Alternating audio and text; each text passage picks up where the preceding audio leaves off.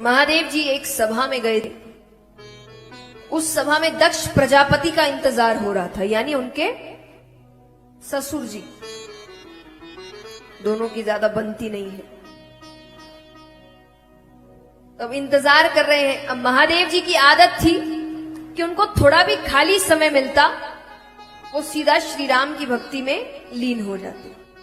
तो अब सब इंतजार कर रहे हैं। महादेव जी को लगा कि अब इंतजार करके इधर उधर देखने से अच्छा है, बात करने से अच्छा है भगवान का ध्यान करें। उन्होंने नेत्र, यहां उनका नेत्र बंद करना हुआ, वहां दक्ष प्रजापति का आना हुआ। अब उनके सम्मान में सब खड़े हुए सिवाय महादेव जी। उनको क्रोध आया, तो क्रोध में वो बहुत भला बुरा सुनाते हैं बीच सभा में महादेव जी को। वो कहते हैं कि ये अमंगल स्थान में रहने वाला, इसको किसने बुलाया? भूत प्रेतों को साथ रखने वाला, ये देवताओं के साथ बैठने योग्य नहीं है। अब देखिए, हमें लग सकता है कि कितनी गलत बातें हैं, भगवान को इतने अपशब्द कहे जा रहे हैं, लेकिन हमारे कुछ टीकाकार हैं जो ये बताते हैं कि जो गुणी व्यक्ति होता है ना, उसकी निंदा उसकी स्तुति होती है, कि उसकी निंदा में ही उसकी स्तुति छिपी होती है। कैसे? जैसे ये तीन बातें समझाई गई, इस पर बताया गया है कि पहली चीज कही अमंगल स्थान में रहने वाला। अमंगल स्थान कैसे हुआ? अगर आप, अच्छा, ये अमंगल स्थान का अर्थ आपको समझ आ गया होगा।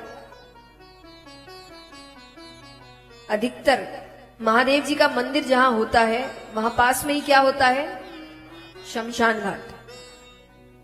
अधिकतर मंदिरों में, जो बड़े मंदिर, महादेव जी के मंदिर के पास ही शमशान घाट होता है। तो कहते हैं कि अमंगल स्थान में रहने वाला। तो अमंगल स्थान कैसे हुआ? अगर आपको बता दिया जाए कोई स्थान अमंगल है तो आप वहां जाएंगे?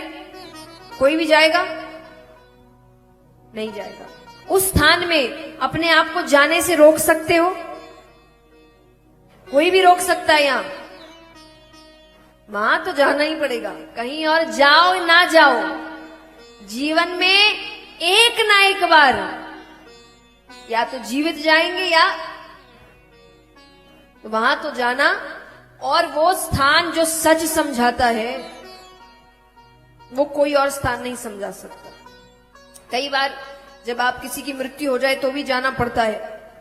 तो जो जो व्यक्ति वहां गया है उसको पता है कि जितनी देर वो वहां खड़ा होता है ना, उसको दुनिया का सच समझ आ जाता है।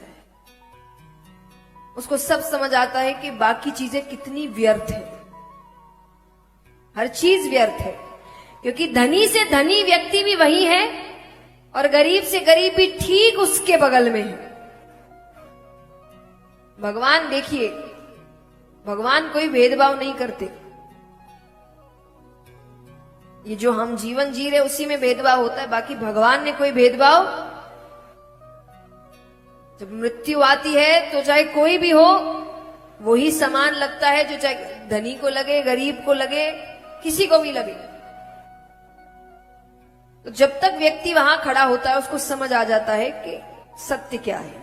भले ही वहां से बाहर निकलते ही फिर से संसार अपनी ओर खींच लेती है।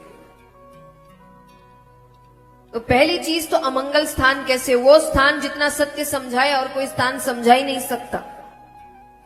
दूसरा कहा भूत प्रेतों के साथ रहने वाला। तो क्या गलत करते हैं? हमारा तो भला ही करते हैं। अब श्री राम है, मर्यादा पुरुषोत्तम है, 10 बजे उनके पट बंद हो जाते हैं और पट के बाहर होते हैं हनुमान जी महाराज। वो हमें आपको नहीं जाने दे। भूत प्रेतों की क्या बात, वहां तो नहीं जा सकते। श्री कृष्ण मर्यादा पुरुषोत्तम नहीं, लेकिन वो भी राजा है। ज्यादा से ज्यादा 12 बजे तक उनके पट खुले रहेंगे, फिर वो भी बंद हो जाएंगे, वहां भी नहीं जा सकते। 12 बजे बाद तो इनका समय शुरू होता है। तो बचे महादेव जी, तो वो अपने पास आने देते हैं। अब वो भी अगर पट बंद कर लेंगे तो बचे हम और आप। हमारा तो भला ही करते हैं। फिर कहा देवताओं के साथ बैठने योग्य नहीं है। नहीं है, बिल्कुल सही कहा। वो देवताओं के साथ क्यों बैठेंगे? वो देवता है। वो देवों के देव महादेव है, वो उनसे ऊपर बैठेंगे, साथ क्यों बैठेंगे? तो जो गुणी व्यक्ति होता है उसकी निंदा उसकी स्तुति बन जाती है। लेकिन जो भी बहुत भला बुरा कहा, पर महादेव जी ने सती माता को कुछ नहीं बताया। अब यहां पर कुछ दिनों बाद दक्ष राजा एक यज्ञ का आयोजन करते हैं, सबको निमंत्रण गया, देवी देवता यक्ष गंधर्व किन्नर सिवाय महादेव जी के। अब सती माता देख रही है कि आज आकाश मार्ग में बड़ी चहल पहल है, सब अपनी अपनी सवारियां ले लेके निकल रहे हैं, तैयार होके निकल रहे हैं। माता को लग रहा है ये कहां जा रहे हैं? अच्छा, नारद जी को अच्छे से पता है कि न्योता नहीं आया है, पर नारद जी आते हैं, माता को देखते हैं। नारद जी ने कहा, अरे माता आप तैयार नहीं हुई, मैंने तो सोचा था आपके साथ ही हो लूंगा। सती माता कहती है, अरे सब कहां जा रहे हैं? अरे आपको नहीं पता, आपके पिता ने इतना बड़ा यज्ञ कराया है, आपको नहीं बुलाया? माता ने कहा नहीं। अच्छा, उनको यह भी पता है कि महादेव जी ने उस सभा की बात नहीं बताई थी।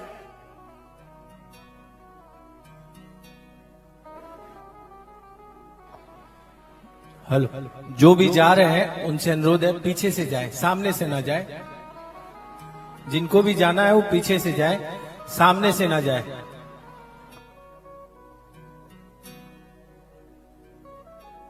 तो यहां पर नारद जी जानते थे कि महादेव जी ने सभा की बात नहीं बताई है। नारद जी कहते, लगता है दोनों सभा की बात भूले नहीं है अभी तक। माता ने कहा, कौन सी बात? तो नारद जी ने पूरी बात बताई। माता ने कहा, ये तो जग को हंसाने वाली बात है कि ससुर दामाद के भी जैसे झगड़े हो रहे हैं। तो माता कोशिश करती है, अब दोनों के बीच बाता बाती होती है। महादेव जी कहते हैं, निमंत्रण नहीं आया है, मैं नहीं जाऊंगा। माता कहती, मुझे कैसा निमंत्रण, मैं बेटी हूं घर की। भगवान कहते, आप जाइए, मैंने आपको नहीं रोका। माता चली गई। महादेव जी जानते थे अब ये वापस नहीं आएगी, फिर भी वो नंदी को भेजते हैं पीछे कि तुम साथ रहो। वहां जाती है। जैसे नियम होते हैं कि आप कथा किसी की भी कराइए, कीर्तन किसी का भी, कोई भी भगवान का कराइए, पहली पूजा किसकी होगी? गणेश जी की। ये करना पड़ेगा, ये कोई नहीं बोल सकता कि हम नहीं करेंगे, ये करना पड़ेगा, नियम है। तो वैसे ही जो मंगल कार्य होते हैं उसमें 3 लोगों का स्थान रखा जाता है, ब्रह्मा विष्णु महेश। सभाओं में भी रखा जाता था, भले ही मत बुलाओ, आपका अगर शत्रुता है आप बुलाइए मत, स्थान रखना पड़ेगा। माता जाती है, माता ने देखा ब्रह्मा जी का स्थान रखा है, विष्णु भगवान का स्थान रखा है। वो दोनों आए नहीं थे, लेकिन महादेव जी का स्थान भी नहीं रखा। इतना बड़ा अपमान। माता कुछ कहे इससे पहले दक्ष राजा सामने आते हैं। वो कहते, तुम्हें किसने बुलाया? वो अब शब्द कहने लगते हैं। माता ने कहा, मुझे दुख है कि इस शरीर को आपने पाल पोस कर बड़ा किया है। उसी हवन कुंड में माता ने अपनी आहुति दी। अब यहां पर दक्ष राजा के बारे में हम सभी जानते हैं। महादेव जी क्रोधित होते हैं, अपने गण वीरभद्र नामक गण को भेजते हैं। दक्ष राजा के सर धड़ को अलग कर दिया जाता है, पर यज्ञ पूरा करने के लिए उनको बकरे का सर लगाया जाता है। अब यहां पर यही सती माता हिमाचल राजा के यहां पार्वती माता के रूप में जन्म लेती है। बड़ी होती है, विवाह योग्य होती है। नारद जी आते हैं। हिमाचल राजा ने कहा कि बेटी विवाह योग्य हो गई है, कोई अच्छा वर है तो बताइए। नारद जी को तो सब पता था। नारद जी ने कहा, बड़ा अच्छा वर है, नाम है महादेव। आपको अच्छा लगता है, मेरी बेटी खुश रही? अरे बहुत खुश रही। तो उन्होंने कह दिया, रिश्ता पक्का। अब यहां पर विष्णु भगवान महादेव जी को मना रहे हैं कि प्रभु अब विवाह कर लेना चाहिए, बहुत समय हो गया।